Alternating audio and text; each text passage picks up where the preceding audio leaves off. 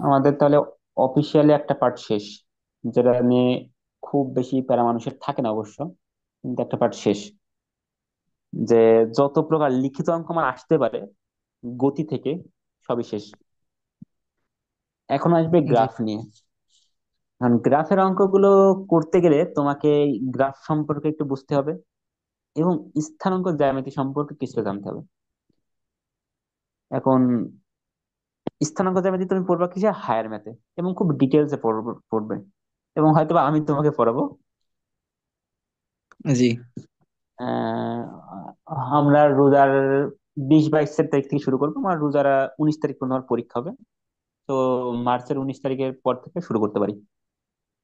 জি। তখন আমরা খুব ডিটেলসে দেখবো, বাট এখন আমরা যতটুকু প্রয়োজন ততটুকু দেখলেই হয়, যে আসলে জি। আমার কি কি লাগবে।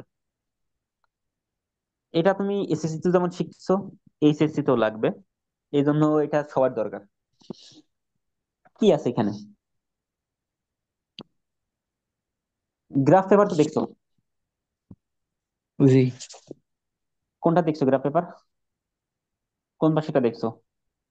ওই যে চতুর্ভুজ, এই যে এই বাসাটা। আচ্ছা। এখন গ্রাফ পেপার যেটা দেখছো, গ্রাফের দরকার কি বলো তো? গ্রাফ কেন দরকার?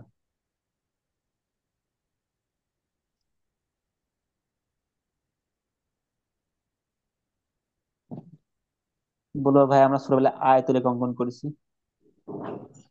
করেছো না? জি। এরকম দণ্ড আকার হইতো, এরকম দাগ দাগ। আমি আঁকছি না অবশ্য। কেমন ছিল? এরকম, এরকম। জি। এগুলোকে আয়তলেখ বলতাম। এই এটা আমরা অনেক সময় পাই চার্টে আঁকি, বাট এটা আমরা দেখছি পরে কি হয়। এখন এই সরি, এই গ্রাফটা আমাদের দরকার অনেকগুলো কাজে। প্রথম কথা, ডেটা ভিজুয়ালাইজ করার জন্য। তো কোনো একটা তথ্যকে কিভাবে কি বলা যায়, ভিজুয়ালাইজের বাংলা কি, মানে চোখে দেখানোর উপায়। মানে ভাই তথ্য তো আমরা চোখে দেখতে পারি, যেমন 1, 10, এটা তো চোখে দেখতে পাই পাই। কিন্তু এর দ্বারা যে জিনিসটা তৈরি হয় সেটা দেখানোর জন্য মিললে আমাদের গ্রাফ দরকার। কি জিনিস দরকার? আমরা এর আগে মনে হয়, আচ্ছা, আমরা সকালে ড্রেস মুছে যাই, ড্রেস মুছাটা মনে আছে? হ্যাঁ, আছে। ড্রেস মুছে কি করতাম? এই যে গ্রাফ, গ্রাফের মান বসালে মান গ্রাফ চলে আঁকতাম। আসতো কোন জায়গায় হ্যাঁ, অবস্থান। ওই যে ওখানেও কিন্তু গ্রাফই ছিল। তাহলে আমরা গ্রাফে একরকম কি, কোন একটা ফাংশন বা সমীকরণের গ্রাফ আঁকতে পারি, তাই তো? জি। তাহলে আমরা সমীকরণের গ্রাফ আঁকতে পারি। দেন আয়তলেখ, সামনে তোমরা গণিতে শিখবা বহুভুজ, দেন অজীব রেখা, অনেকগুলো গ্রাফ শিখবা আঁকা। এবং আমার গ্রাফকে আরো ইউজ করা হয়। আচ্ছা, কখনো কি ক্রিকেট খেলায় ওই যে দেখায় না, এমন এমন জি। এমন জি, এমন দাগ রানের। টাগ দেখায় না, রান জি। বাড়ছে কমছে, এগুলো বুঝো জি। কিভাবে? বুঝতে পারো তো এগুলো দেখে? হ্যাঁ, হ্যাঁ। হ্যাঁ, এইগুলো আমরা দেখবো আসলে, আরো ডিটেলসে ভাঙবো যে আসলে কেন এইগুলো এইভাবে, কি বোঝায় সেগুলো দেখবো। তো গ্রাফের কাজ অনেক, কিন্তু এই গ্রাফকে অনেক ভাবে প্রকাশ করা যায়। এইখানে কিন্তু একটা two two dimensional graph. Two dimensional বোঝো তো? একদিন না, না। বলছিলাম দ্বিমাত্রিক, একমাত্রিক, ত্রিমাত্রিক কথা বলছিলাম, ও, আচ্ছা। মনে আছে? এই বস্তুর এই দেখলে মনে বইটা হচ্ছে। কয় মাত্রিক? কয় মাত্রিক? উম একমাত্রিক, দ্বিমাত্রিক, ত্রিমাত্রিক? সম্ভবত একমাত্রিক। একমাত্রিক, তাই না? তাহলে এই বইটা কয় মাত্রিক?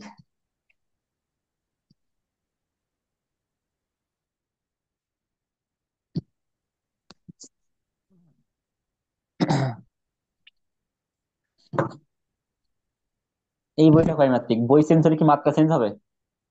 না, না। সেম বলো। থাকবে। মাত্রা দ্বারা কি বোঝায়? যে একটা বস্তুকে প্রকাশ করতে কয়টা মাত্রা প্রয়োজন, মানে মাত্রার কথা কি মনে আছে? ডাইমেনশন মনে নাই? এগুলো তো দেখতে হবে তো।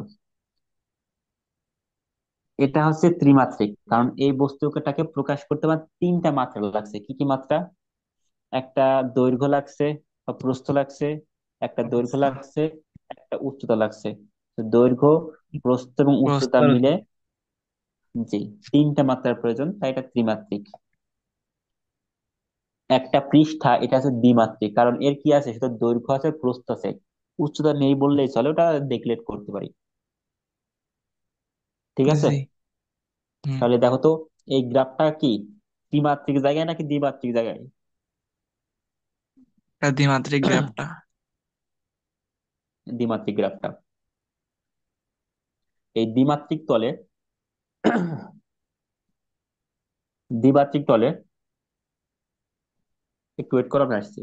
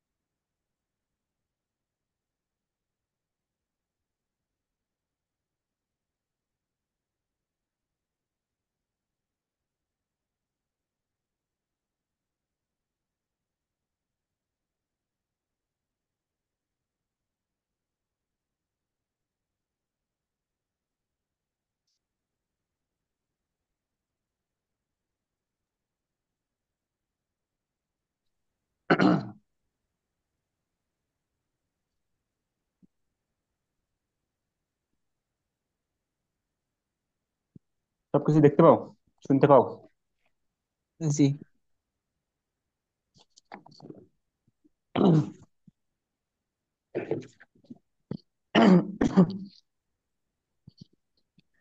তাহলে এই যে দ্বিমাত্রিক তলে যে গ্রাফটা আঁকছি, এই গ্রাফকে আবার দুই ভাবে অঙ্কন করা যায়, মানে দুইটা রূপে প্রকাশ করা যায়। একটা হচ্ছে কার্টেসীয় উপায়, আর একটা হচ্ছে পোলার উপায়। কি কি উপায়? কাট। একটা পোলার, একটু কঠিন নাম, বললাম। আর হচ্ছে জি। কার্টেসীয়। এই যে কার্টেসিয়াস দ্বিমাত্রিক গুণক। তলের জন্য। হ্যাঁ, জি। কার্টেসীয় গুণ তোমরা পড়ছো সেট ফাংশনে, সেটে। ঠিক আছে। তাহলে এই কার্টেসীয় যে উপায়টা, সেটা হচ্ছে বলে কার্টেসীয় স্থানাঙ্ক ব্যবস্থা। স্থানাঙ্ক নামটা শুনছো কি? স্থানাঙ্ক বলে মানে হারের একটা হিয়া আছে। চ্যাপ্টার আছে। জি। জি। আমি প্রথমে ওই অধ্যায়টা তোমার শুরু করব, কারণ ওই অধ্যায়টা অনেকটা ইজি এবং আমার দরকার অনেকটা। এই স্থানাঙ্ক শব্দটাকে ভাঙলে আমি দুইটা নাম পাই। কি কি বলতো? একটা হচ্ছে স্থান, আর একটা হচ্ছে অঙ্ক, তাই না? স্থান অঙ্ক, স্থানাঙ্ক হয়ে গেছে একবারে। এই স্থানাঙ্ক দ্বারা বোঝায় যে প্রতিটা, মানে একটা তলের প্রতিটা বিন্দুকে একটা অঙ্কের সাহায্যে প্রকাশ করা। প্রতিটা বিন্দুকে অঙ্কের চলে সাহায্যে প্রকাশ করা। জি। এবং এর একটা উপায় হচ্ছে কার্তেশীয় স্থানাঙ্ক ব্যবস্থা ব্যবহার করে, আর একটা উপায় হচ্ছে পোলার স্থানাঙ্ক ব্যবস্থা, মানে পোলার নিয়ম ব্যবহার করে। এই পোলারটা আমরা এখন শিখবো না, পোলারটা তুমি যখন কলেজে উঠো তখন শিখবা। এবং পোলারে তোমাদের সবকিছু কাজ করাবে কি নিয়ে, আর এবং থিটা নিয়ে, মানে কোণ নিয়ে কাজ করাবে এবং একটা ব্যাসার্ধ নিয়ে কাজ করাবে। এগুলো জানার দরকার নাই, এগুলো লাগবে না। আমরা জাস্ট আপাতত কার্টেসীয় স্থানাঙ্ক নিয়ে কথা বলি একটু। যেহেতু হায়ার ম্যাথ আমি পড়াবো, সুতরাং আমি কিছু জিনিস জানাইনি। এই কার্তেশীয় স্থানাঙ্ক ব্যবস্থার যদি দ্বিমাত্রিক তল নিয়ে কথা বলি, তাহলে দুইটা অক্ষ আছে, একটা হচ্ছে এক্স অক্ষ আর একটা হচ্ছে ওয়াই অক্ষ। এবং এক্স অক্ষ আর ওয়াই অক্ষের মধ্যবর্তী কোণ কত বলো তো? 360।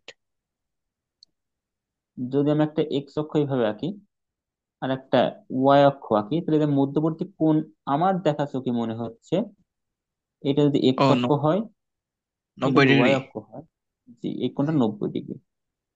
এই 90 ডিগ্রিকে বলা হয় কি? ইংলিশে বলা হয় অর্থোগোনাল কোঅর্ডিনেট সিস্টেম। বাংলায় কি জানি বলে আমি জানি না, বাট ইংলিশে বলে একশো। অর্থোগোনাল।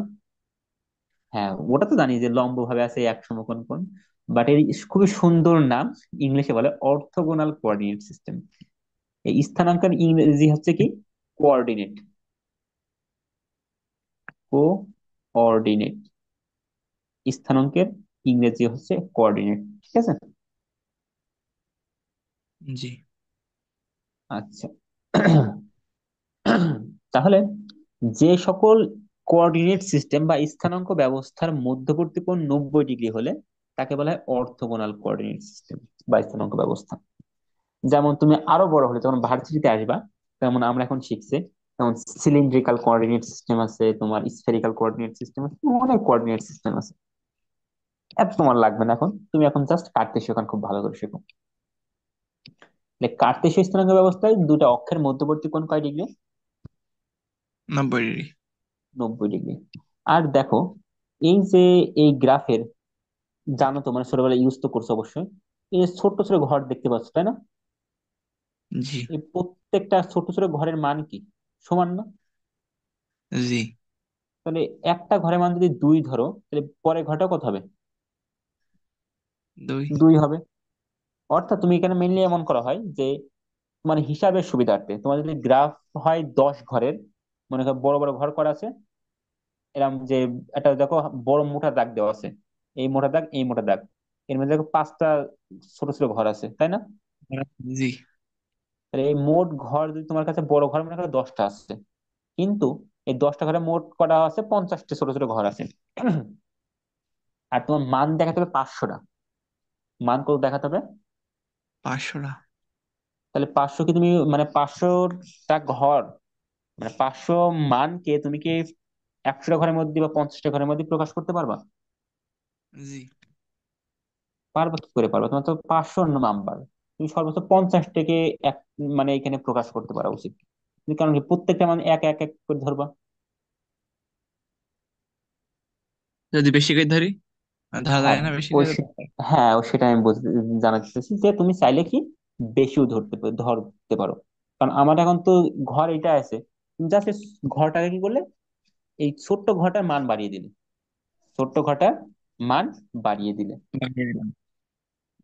জি। কিন্তু অবশ্যই তুমি যদি একটা ছোট ঘরের মান যদি 5 ধরো, পরের ছোট ঘরটার মান অবশ্যই কি কত হওয়া লাগবে? 5। 5। তারপরটাও 5। পরে কিন্তু ছোট করতে পারবে না। যা ধরবা একটাই থাকা লাগবে, চেঞ্জ করা যাবে না। সেম ভাবে। তুমি দেখো, এবার তুমি এক্স এর মান একটা রকম ধরেছো এই এই বরাবর, এর অর্থ এই না যে তুমি উপরে বরাবর তাই ধরবা, মানে ওয়াই অক্ষ বরাবর। ঠিক আছে। জি। তোমার ওয়াই অক্ষ বরাবর তোমার ইচ্ছা, তোমার যদি মনে হয় যে না আমার একটা ঘরে মানে এক করে ধরে আমার হচ্ছে, তাহলে কোনো সমস্যা নেই। আবার তোমাদের মনে হয় যে না আমার এই পুরো যে বড় ঘরটা আছে এই পুরো বড় ঘরটার মানে আমি এক ধরবো, তুমি ধরো, কোনো সমস্যা নেই। তোমার এক্স অক্ষের মান কি ধরবা তার উপর ওয়াই অক্ষের মানে কোনো নির্ভরতা নেই, তুমি স্বাধীন। নেই। কথা ক্লিয়ার? জি। আচ্ছা, এগুলো আস্তে আস্তে পরে বুঝতে পারবা যখন কিছু অঙ্ক টঙ্ক করবা। আপাতত জাস্ট জেনে রাখো। তো এই স্থানাঙ্কের আমি একদম মাঝখান বরাবর একটা দাগ হাইলাইট করছি, একটা অন্য কালার দিই। উম, ফুলানি, মনে পড়লো না।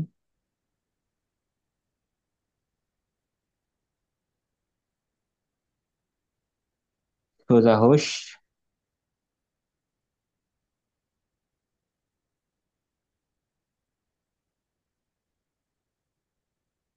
আচ্ছা, তাহলে এটা আমি যদি বলি এক্স অক্ষ, তাহলে এর লম্ব বরাবর সেটা কি কোন অক্ষ হবে? এক্স। লম্ব বরাবর। ও ওয়াই, লম্বা হবে ওয়াই। Y, জি। তাহলে এই মাঝখান বরাবর লম্ব বরাবর আমি ওই অক্ষ ধরলাম। আমার দাগ সোজা হচ্ছে না অবশ্য, কারণ আমার হাতে যে জিনিসটা রয়েছে সেটা লেখা খুবই কষ্টকর আমার জন্য অবশ্য। ওয়াই। আচ্ছা, এখন আমি ধরো প্রত্যেকটা ছোট ছোট ঘরকে এক এক করে ধরছি, ঠিক আছে? জি তাহলে এই যে ধর, দেখো আমি আর একটা কালার নিই।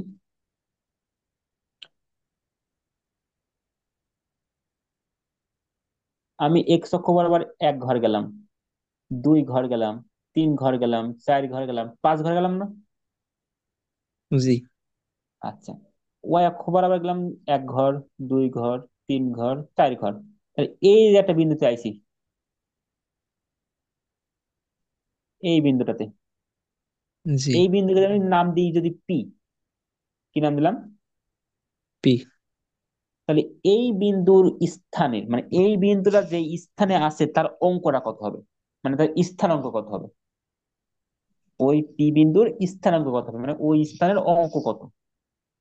তুমি বলবা কি যে ভাই, এটা কি এক্স বরাবর পাঁচ ঘর গিয়েছে, তাহলে লেখো পাঁচ, ফাইভ কমা কমা ওয়াই অক্ষ বরাবর গিয়েছে কয় ঘর? ফোর। চার ঘর। তাহলে লেখো পাঁচ কমা চার, তাহলে এই বিন্দুর স্থানাঙ্ক ফাইভ কমা। ফোর। আমার কথা কি বুঝতে পারছো?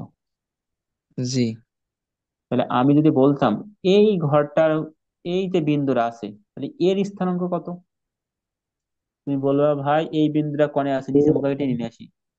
জি টু এই যে কমা টেন। এমনি, টু কমা টেন, গুড। তাহলে দেখো, প্রথমে আমি সবসময় কার মান লিখছি? এক্স এর মান লিখছি না? হুম। এই যে প্রথমে যার মান লিখি এটাকে আমরা বলি ভুজ। কি বলি? ভুজ। ভুজ। আর এই যে ওয়াই এর মান যেটা লিখি এটাকে আমরা বলি কোটি। একটা ভুজ, একটা কোটি। কোটি।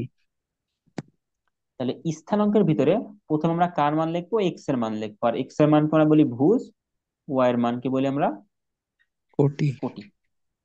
আচ্ছা, তাহলে এক্স অক্ষ ওয়াই অক্ষ বুঝলাম, জি ভুজ করে চিনলাম। ওকে, অনেক কিছু জেনে গেছি। জি এখন আমাদের আর একটা বিষয় জানতে হবে। আমরা গ্রাফ নিয়ে কাজ করবো না, আমরা সিম্পলি হাতে আঁকবো। তুমি একটু বুঝে নিও। না, এটা সোজা করতে হবে।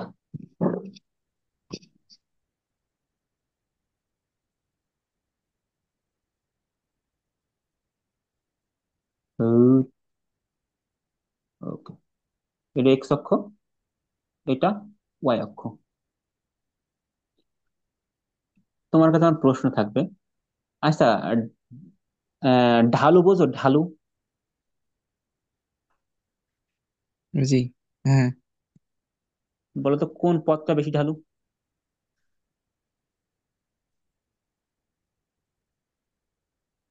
এক নম্বর পথ, দুই নম্বর পথ, না তিন নম্বর পথ? কোনটা বেশি ঢালু?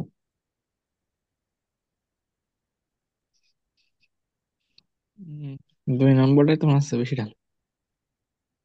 আচ্ছা, দুই নম্বরটা বেশি ঢালু মনে হচ্ছে, তাই তো? এখন ঢালু আসলে এক নম্বরটা বেশি।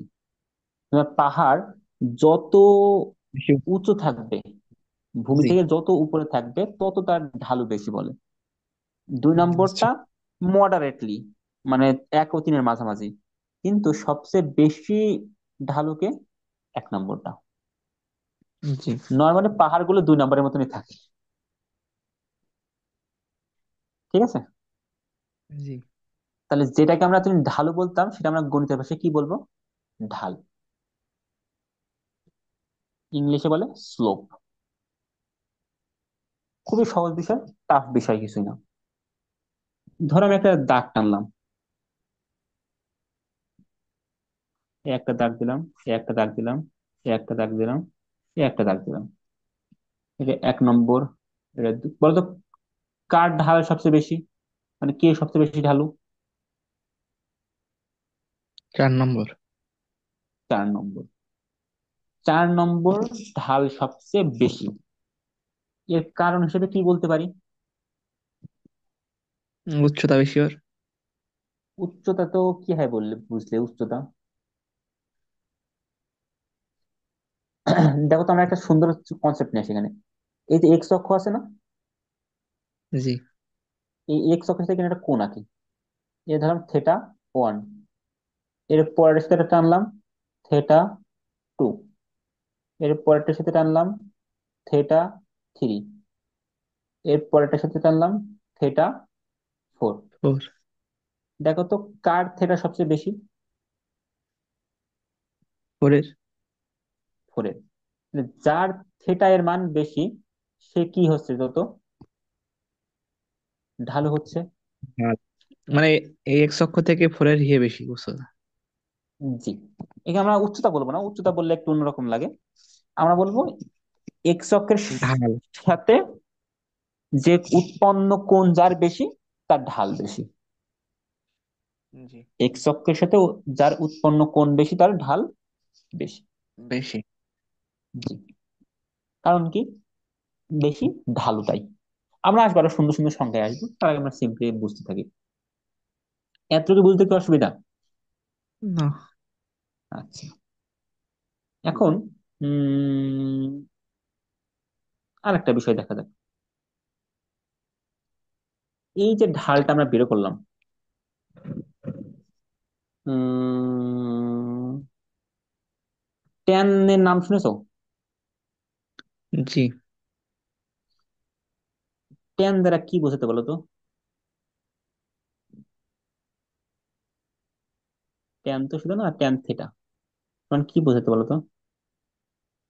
ঘুম। লম্ব বাই ভূমি না? জি। আচ্ছা।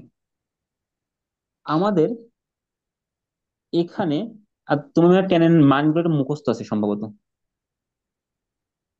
থাকা উচিত যে জিরোর মান কত, একের মান কত, সরি 30, ট্যান 45, ট্যান 60, ট্যান 90 মান কত মুখস্থ থাকা উচিত। এই অবস্থা ছিল, এখন আছে কি জি। জানি না, আমাদের আচ্ছা, সমস্যা নেই কাল করবো। আমার লাগছে না, সমস্যা নেই। দেখো যত তোমার থেটার মান বাড়ে, তুমি ওখানে খেয়াল করবা ট্যান ট্যান থেটার মানও কি হয় তত বাড়ে, তাই না? জি। আর এই থেটা আর ট্যান থেটার মধ্যে যে সম্পর্ক, এটা জরুরি বিষয় না। আমার জরুরি বিষয় হচ্ছে ঢাল এবং ট্যানের মধ্যে একটা সম্পর্ক আছে। তার আগে একটু ঢাল নিয়ে আমরা একটু ভাবি, যে ঢালটাকে আমরা কিভাবে সহজে এক্সপ্লেন করতে পারি। ধরো এটা এক্স অক্ষ, এটা ওয়াই অক্ষ। এখানে আমাদের হিসাবে সুবিধাতে আমরা দুটো রেখা টানছি। এই বরাবর মান আছে ধরো এটা 1, 2, 3, আর এমনি মান আছে মনে করো 5, 10, 15। ঠিক আছে। জি।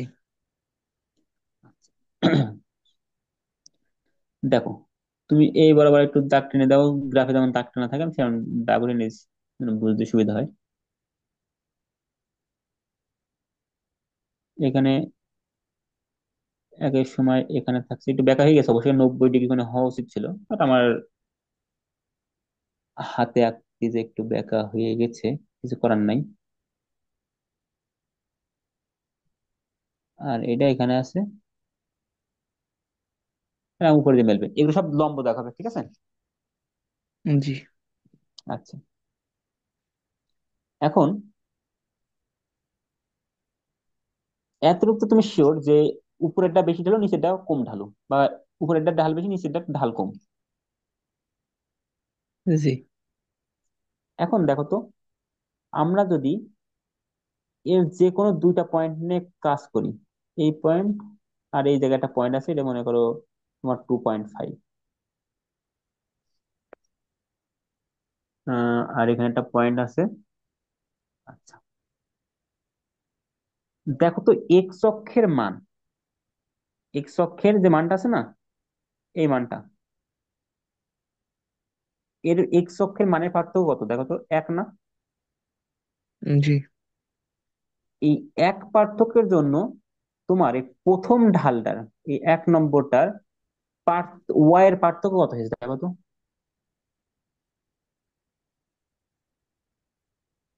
উম ওয়াই এর মানের পার্থক্য, এক থেকে দুই। একে ছিল সে পাঁচে, দুইয়ে চলে গেছে কতই, 10-এ।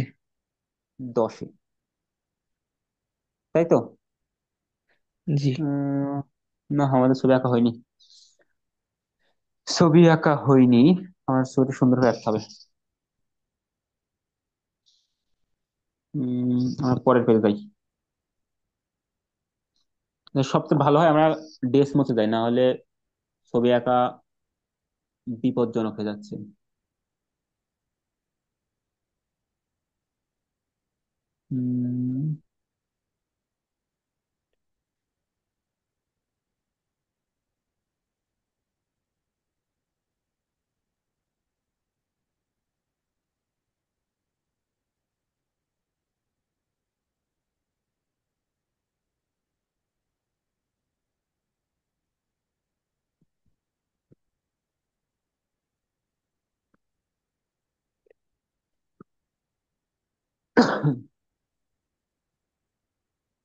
ডেসমোস, তুমি তো মানে দেখতে পাচ্ছ না। না, না। ডেসমোস।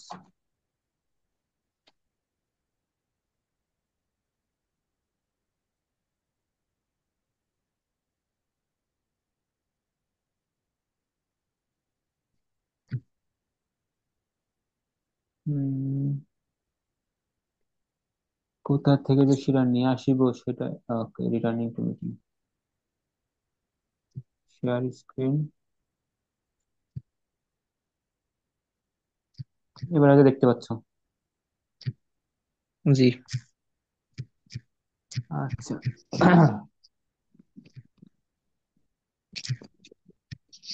Y is equal to 5x,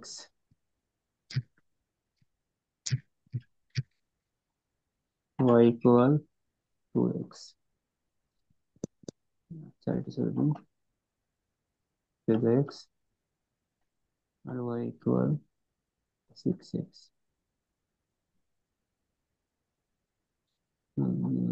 5x।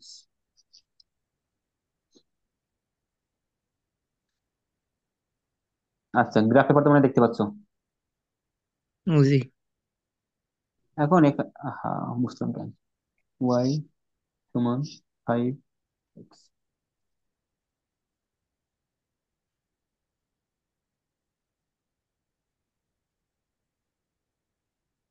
এবার একটা এখানে লেখা যাবে, হ্যাঁ।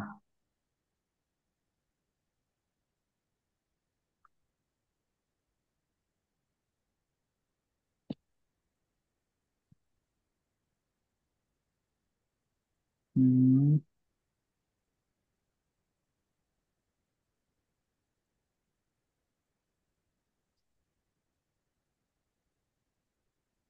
আচ্ছা দেখো, এখানে যখন, হ্যাঁ, টাইম শেষ হয়ে গেল।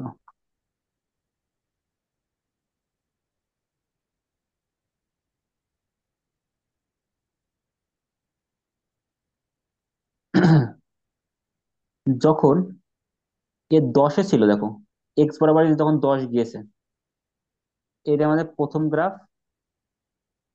প্রথম ঢাল, আর এটা হচ্ছে দ্বিতীয় ঢাল, বা প্রথম সমীকরণ দ্বিতীয় সমীকরণের যে সরলরেখা পাচ্ছি। প্রথমটা যখন শূন্য থেকে তোমার 10-এ এসছে, তখন তোমার গ্রাফটা ওয়াই অক্ষ বরাবর কত গিয়েছে? 10 গিয়েছে। জি। যখন সে 10 থেকে 20-এ গেল, তখন সে গিয়েছে কত? 20। 20। যখন এটা যাচ্ছে ওয়াই সমান 30, তখন এও যাচ্ছে কত বলবো? 30। 30। আচ্ছা, যখন এ 10 যাচ্ছে, তখন প্রথমটা উপরের দিকে গিয়েছে কত দেখো তো? 50। 50। জি। আমি যদি এখানে আর ছোট না করি তাহলে মানে দেখা, আচ্ছা দেখা যাবে। যখন এই 20-এ, তখন এর মান কত দেখো তো। এই 20-এর মানটা দেখো মিলে গেছে কোন জায়গায়, 100-তে। জি। একটু কনফিউশন লাগতে পারে। এই যে দেখো 20 ঠিক এখানে আছে। আছে। একশো। আচ্ছা। জি। আর যখন 30-এ ছিল, তখন এ মিলেছে কোন জায়গায়, 150-তে। জি। এর অর্থ কি বলতো? তোমার প্রথম গ্রাফটার ওয়াই অক্ষের যে পরিবর্তন, পরিবর্তন কত সব জায়গায়, 10 10 করে। এক্স অক্ষের পরিবর্তন দশ কত, করে। 10 দশ করে। করে। আচ্ছা, তাহলে এক্স এর 10-এর পরিবর্তন করার জন্য ওয়াই এ পরিবর্তন হচ্ছে কত? 10 থেকে তখন দশ। 20-এ গেছি, জি। তখন আমার প্রথমটা পরিবর্তন হচ্ছে 10 করে। কিন্তু দ্বিতীয়টার পরিবর্তন হচ্ছে কত করে? ছিল 50-এ, পরে গিয়েছে কতই, 100। জি। তাহলে ওখানে পরিবর্তন কত হচ্ছে, 50। 50। এটাকেই ঢাল বোঝায়, যে এক্স অক্ষের যে পরিবর্তনটা হচ্ছে, একই পরিবর্তনের জন্য কার পরিবর্তন বেশি, যার পরিবর্তন ওয়াই এর পরিবর্তন বেশি, তার ঢালও বেশি। বেশি। এবং তুমি যদি এখানে একটা কোণ চিন্তা করো, যে এই জায়গায় কোণ হচ্ছে θ1, এই জায়গায় কোণ কত, θ2। আর এখান থেকে যারা লম্ব টানো, আমার তো লম্ব হচ্ছে না অবশ্য, কিন্তু তুমি যারা লম্ব টানো, তাহলে এই যে যেটুকু পরিবর্তন হচ্ছে, মানে এক্স এর মান, যেটা এক্স এর মান, আর এই লম্বাটা কি, এটা ওয়াই এর মান না? জি। এটা ওয়াই এর মান নাকি ওয়াই এর পরিবর্তনের মান? পরিবর্তনের মান। পরিবর্তনের মান। এটা কিন্তু এক্স এর মান, এটা এক্স এর পরিবর্তনের মান, তাই না? পরিবর্তনের মান। জি। তাহলে আমি যদি লিখি tan θ2 সমান কি হবে? 50। না, ট্যান মানে কি, শুধু আমাদের লম্ব ভাগ ও ভূম ভূমি, উচ্চতা। না, ও। আর ভূমি। আর আমাদের লম্ব কত, আমাদের কোণের বিপরীত বাহুকে লম্ব বলে। যেহেতু কোণ এইটা, তাহলে এই কোণের বিপরীত বাহু কত, ডেল ওয়াই। তাহলে এখানে ডেল ওয়াই ভাগ ডেল এক্স। এই ডেল মানে বোঝায় কি, পরিবর্তন বোঝায়। পরিবর্তন। জি। এটাকে বলে ডেল, আর এটা দ্বারা বোঝায় কি, পরিবর্তন। পরিবর্তন। এবং এই ডেল ওয়াই দ্বারা বোঝাচ্ছে কি, ওয়াই 2 থেকে ওয়াই 1-এ যাচ্ছি, x2 থেকে x1-এ যাচ্ছি, x2 মাইনাস x1। ঠিক আছে? জি। হ্যাঁ। আর যার এই মানটা বেশি হবে, মানে এক্স এর একটুখানি পরিবর্তনের জন্য ওয়াই এর যার বেশি পরিবর্তন, তার ঢাল বেশি, এমন তো বেশি। দেখলাম। জি। এটাকে আমরা ঢাল বলি। এই যে tan θ2 লিখলাম না, এটাকে আমরা ঢাল বলি। এত শর্টে বোঝানো কষ্টকর। তোমার যখন আমি হায়ার ম্যাথে যাব, তখন দেখবা যে বিস্তারিত অনেক জিনিস আছে। আমার এখানে শুধু এতটুকু লাগবে, তাই আমি এতটুকু তোমাকে বোঝানোর চেষ্টা করলাম। আমার জি কি লাগবে, বুঝেছি। এই যে ঢাল যেটা আছে, ঢালকে আমরা ইংলিশে বলি স্লোপ। আর এটাকে আমরা সচরাচর প্রকাশ করবো কি দ্বারা, এম দিয়ে। এম দ্বারা। এম সমান হবে কি, tan θ।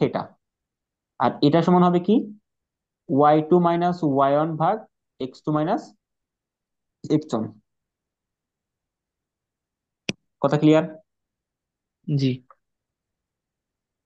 এবং ওয়াই 2 মাইনাস ওয়াই 1 কেন লিখছি, এটা বোঝাবে কি, ওয়াই এক্স অক্ষের একটু পরিবর্তনের জন্য ওয়াই অক্ষের পরিবর্তন কতটুকু, এটা কিন্তু জাস্ট কি বোঝাবে, পরিবর্তন। এক্সাক্ট মান পরিবর্তন। বোঝাবে না কিন্তু। জি। ওয়াই 2 ভাগ x2 কিন্তু এটা সঠিক না। ওয়াই 1 ভাগ x1 এটা কিন্তু সঠিক না। অবশ্যই তোমার পরিবর্তন নিয়ে কাজ করতে হবে। ওকে? জি। আচ্ছা, তাহলে আমাদের আজকে জরুরি বিষয় এতটুকুই ছিল, যে তোমাকে মেইনলি বোঝানো যে ঢালটা তুমি কিভাবে নির্ণয় করবা। আর এই ঢালের দ্বারা আমরা অনেক কিছু বুঝতে পারবো।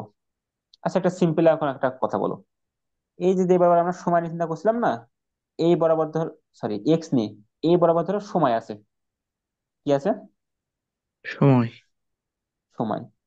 আর এই যে ওয়াই অক্ষ, এই বরাবর তোমার ধরো এস আছে, ঠিক আছে? জি।